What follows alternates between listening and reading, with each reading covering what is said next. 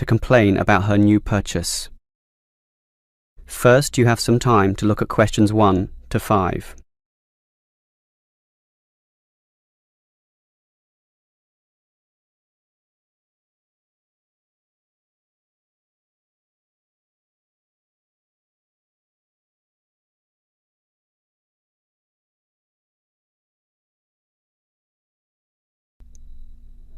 Now we shall begin.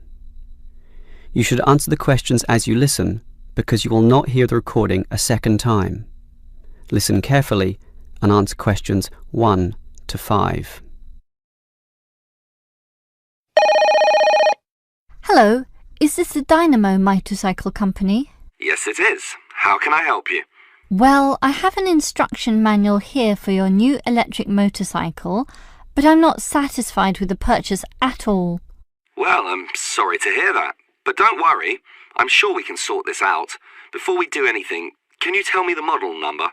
At the top of the instruction manual here it gives the model number RTY34. TY34. Okay. Now, what's the nature of your complaint? It's many things, actually. The biggest problem is that you say in your manual that the battery will take the motorcycle 30 kilometres. That's right. Well, it's lucky to take me 8. The battery is usually flat by then, often leaving me stuck at the side of the road. Are you sure you're charging it correctly? I'm fairly sure. I follow all the instructions and plug it in for a long time. And are you sure you charge it for the required 3 hours? I charge it until the charging light goes off, and that's 2 hours, so that should be enough. And there's a serious design fault with this motorcycle. When you're riding it, there's no meter to show you how much power is left, so you actually don't know when the machine is going to stop working. There's a voltage gauge. Yes, but that tells you nothing. The needle fluctuates about from 55 to 45, so whatever it says is meaningless. According to the manual, you're meant to charge the battery if the needle falls under 50 volts. But even when you charge it, it can go below 45. As I said, the needle just waves all over the place. The result is that I'm always worried that the bike will leave me stranded in the middle of nowhere. Well, I'm sorry about that. Sure, but what are you going to do about it? Unfortunately, we don't have a refund policy, but if you take the bike to one of our shops, our mechanics will look at it. Perhaps there's a problem that we can fix. The gauge, for example. The other problem is the battery. I actually weighed it, and it's almost 6 kilograms. Yet you say in your manual that it weighs only 3. I can barely pick the thing up, so it's not 3 kilograms at all. Maybe you purchased the wrong model by mistake. I doubt that very much. Basically, I think I've been defrauded, and I'd like to know what you're going to do about it. All right, I'll put you through to our complaints department. Before you hear the rest of the conversation, you have some time to look at questions 6 to 10.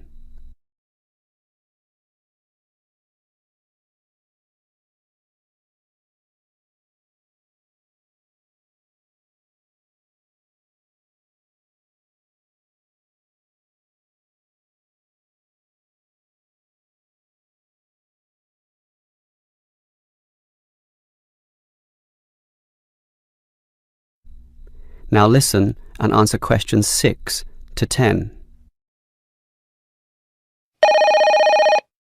Hello? Complaints department here. Apparently you have a complaint? Yes, I do. Let me tell you all about... It's all right. Our representative has already informed me about your problem. It's probably just a misunderstanding. I'm sure we can work something out. Right now, I need to take down some details. All right. Can I have your name, please? Jessie Parkinson. That's Jessie and Parkinson, Parkinson. Parkinson. All right. What shall we list this complaint under? Parts, service, or performance? Well, the meter isn't accurate at all, so that's parts, isn't it? Yes, perhaps, but you do feel more generally that the motorcycle doesn't meet the operational standards as advertised, so it's probably better to tick performance here. Can we tick both, parts and performance? No, we can only tick one, so let's not call it parts. We'll go with performance. Now, we may post some further forms and questionnaires to you, so would you mind giving me your address? Certainly, it's 45 Melrose Road. Melrose, M-E-L and Rose. Okay, now, your phone number? Just use my mobile phone. That's 0928 982 453. 453. Okay, and if we have any follow-up questions, what time is best for ringing you? Morning, afternoon, night time? Well, I work as a secretary from 9 to 5, but I do get a lunch break which gives me some free time. This break used to be 12:30 to 1:30, but then it changed to an hour later, so it's best to ring me at 2 p.m. since the break now starts at 1:30. All right. That's all for now. We just need to do our own investigation and we'll probably ring you back tomorrow. I'm sure we can get to the bottom of this. That is the end of part 1. You now have half a minute to check your answers.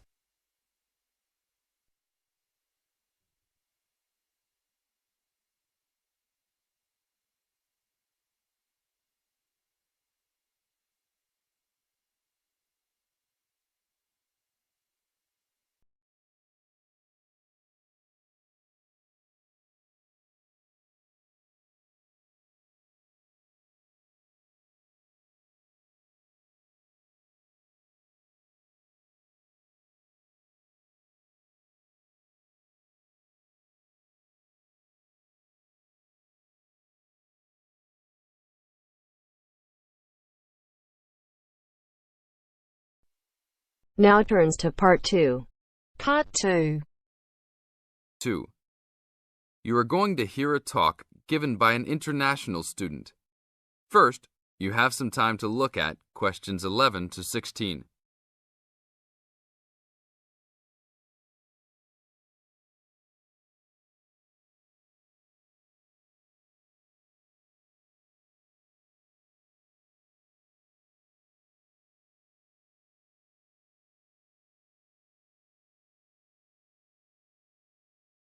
Now listen to the tape and answer the questions. As an international student coming from Sierra Leone, it gives me great honor to give these opening remarks and welcome you all to Ashesi University, where excellence is the code. I believe I speak on behalf of my fellow colleagues when I say we feel that we are the most fortunate and privileged university students in Ghana. You may ask, what is the basis of such a conclusion? And I will simply say to you, in which other tertiary institution in Ghana do you find the same level of IT infrastructure and facilities available to students? Where also do you find such a low ratio of students to lecturers and computers? In which other educational institution do you find 55% of students on some sort of financial aid, who in addition enjoy services and benefits such as job placement after graduation, on-campus employment that pays above the minimum wage, a supply of textbooks, and access to online databases? Ladies and gentlemen, there is no other institution of higher education in Ghana today that matches the learning environment and the quality of instruction at Ashesi. I could continue listing reasons why we students feel this way, but I only have 5 minutes for this speech. Believe me, I could go on for hours. At Ashesi, everyone is considered a leader and is treated special. Ashesi equips us with the necessary determination, strength, and belief in ourselves to be able to achieve our goals. We are being taught to think outside the box and to question and challenge our assumptions about the world we live in. This, ladies and gentlemen, is one of the benefits of a liberal arts education, which seeks to broaden our intellectual capacity.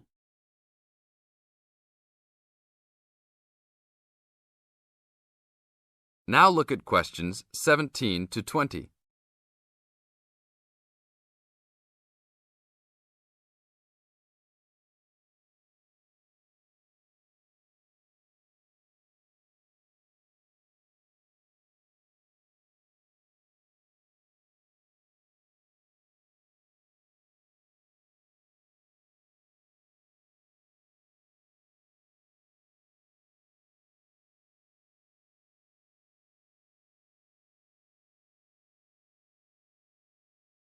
As the talk continues, answer questions 17 to 20. At Ashisi, we are also exposed to real-life situations and learn how to deal with them through a practical and vigorous academic program, as well as various seminars in which prominent leaders in their professions are invited as guests to interact and share their knowledge and experiences. Some people, even some of you in this audience, may believe that tuition at Ashisi is too high, but I say to you that the students here are unanimous in saying it is worth it. Not because we all come from well-to-do families, but because when it comes to one's education, you need to aim at getting the best from the right place. One's education defines who you are and what your perception of life and society will become. Ashisi offers us a top-quality education which meets high international standards. This is due to the strong linkages the school has established with three of the very best schools in the United States, namely Swarthmore College, which is ranked as the best liberal arts school in the U.S., UC Berkeley, and the University of Washington. In addition, Ashisi has recruited an excellent faculty consisting of lecturers from various countries, including Ghana, the UK, and the United States.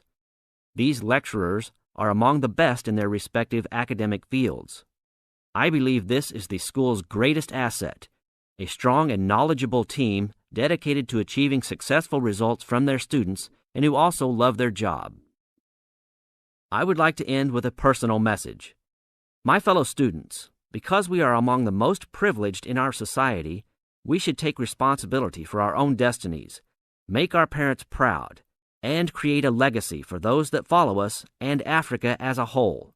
We must give back to our society after completing school and achieving our goals in life, which I believe we all can if we properly utilize our time and take advantage of all that is offered here at Ashisi. That is the end of part 2. You now have half a minute to check your answers.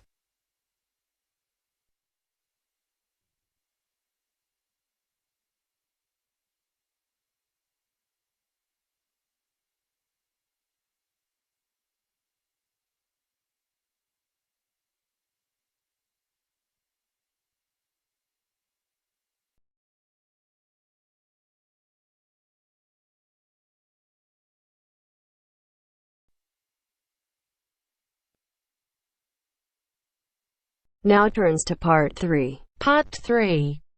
You will hear a student union officer's speech. First, you have some time to look at questions 21 to 25.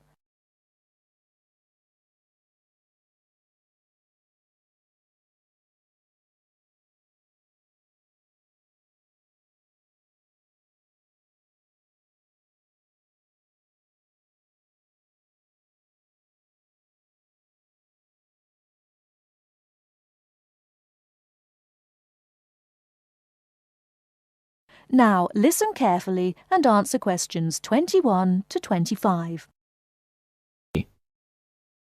Hi there. May I wish you a very warm welcome to Ealing College, and more especially to the Student Union. The Student Union is run by 4 sabbatical officers, of which I am one. As the President, I am charged with the overall day-to-day running of the Union itself, according to established policies within the Constitution. We also have a brilliant staff team who'll help us, and you'll meet them when you have 5 minutes to drop in and see us.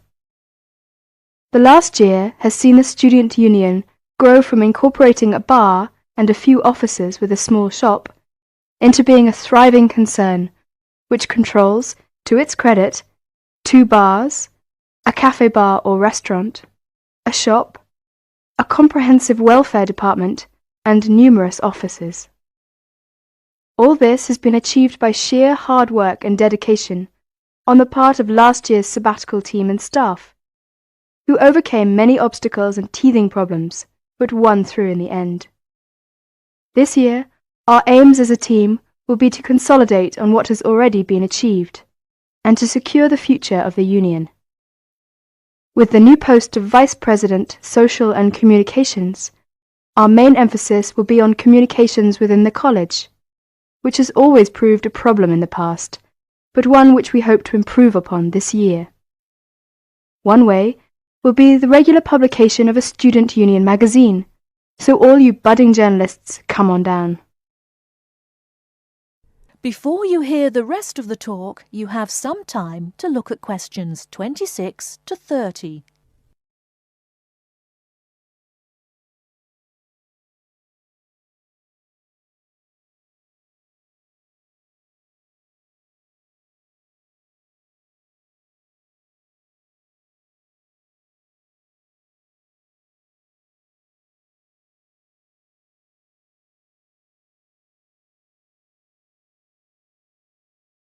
Now listen and answer questions 26 to 30.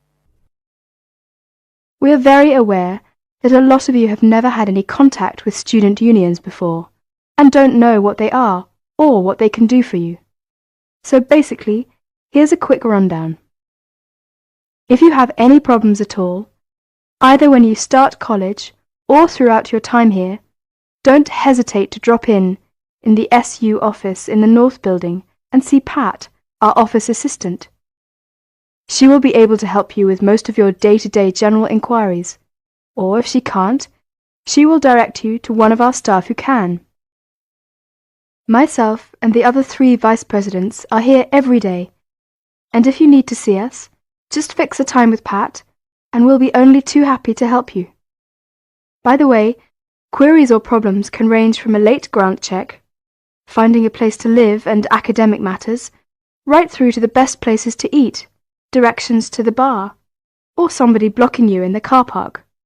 We'll give anything our best shot. Please remember, while you're at Ealing, that going to college is not just about education. Make sure you enjoy yourself as well, because believe me, time will fly once you're here. Ealing is a really good place to live, as there is lots to see and do. And don't forget, the metropolis of central London is only 20 minutes away by tube. Finally, the Student Union is an organisation run by students for students. So if there is anything you don't agree with, or you have any new ideas, please come along to the Union General Meetings and don't be afraid to speak up. Or you could give up a little of your time and stand for the Executive Committee, which is made up of students who help us out with lots of interesting things.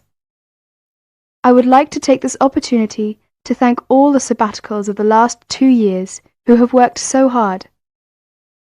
My very special thanks goes to Winston, Martin and Peter and all the staff who not only did a great job but have been my good friends as well. Lots of luck and success for your year at Ealing. Work hard, but play hard as well. That is the end of part 3. You now have half a minute to check your answers.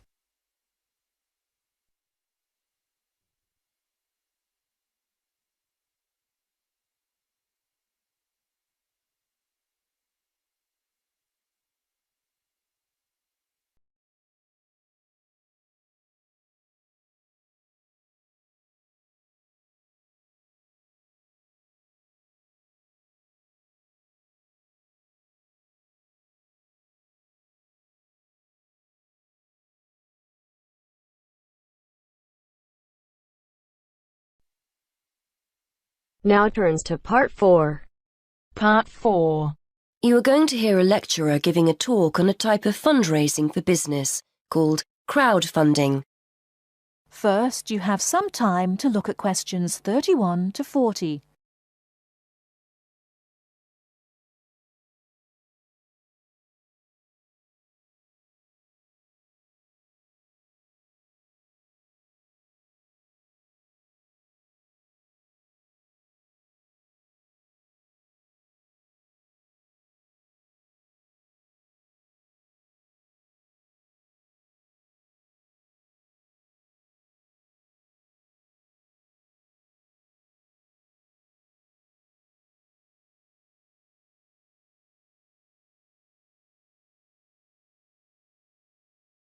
Now listen carefully and answer questions 31 to 40.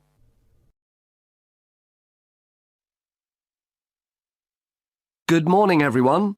Today, we're continuing our look at funding opportunities for small startup businesses.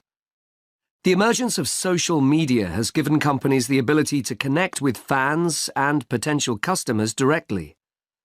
On the back of the growth in social media, a model of raising finance has emerged known as crowdfunding.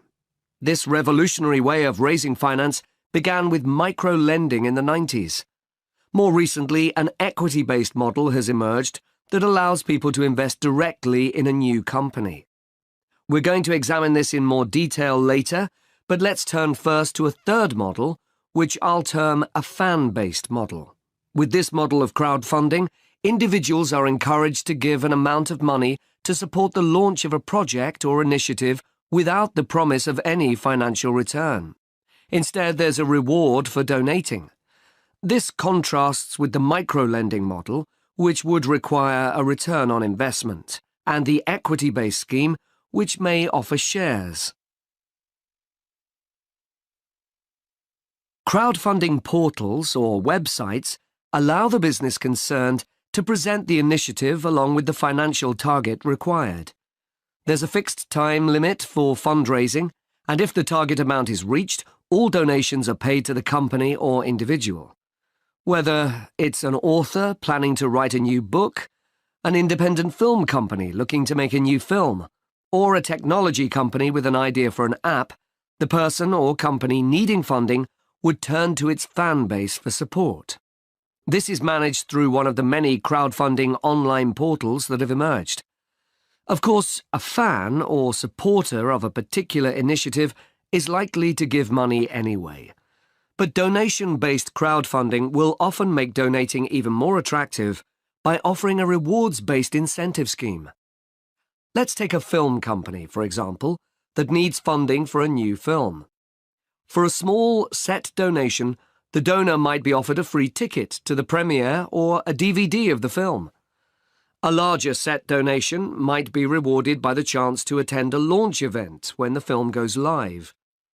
Those people who make bigger donations could even be offered the chance to meet the cast of the film, whilst the highest level donation could see the person's name mentioned in the film credits. For companies that already have a significant fan base, crowdfunding offers a fantastic opportunity to raise money quickly from a large number of people, each of whom donates just a small amount of money. Compare this to the time and effort that would be needed to sell your idea to investors or your bank manager, particularly in an age when raising finance can be difficult. The company may also have links with partner companies or organizations that run fundraising events. In this case, you can significantly increase participation by working with these organizations to promote your crowdfunding project. Another significant advantage is that you can reach out to your fan base for feedback on the project while it's being developed, thus making the final product more appealing. Crowdfunding enables you to raise awareness of the product at an early stage, thus increasing the potential for sales.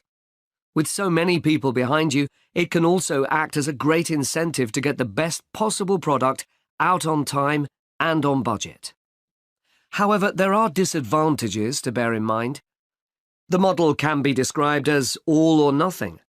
If you don't reach the monetary target required in the agreed time, all promises of donations are cancelled and no money is paid, leaving you back at square one. Should this happen, or still worse, you receive the funding but are unable to come up with the product, not only will your fans end up disappointed, but the portal will record the fact that you failed to reach your target, or that the initiative failed. Fulfilling all the pledges that you've made to people can also be very time-consuming.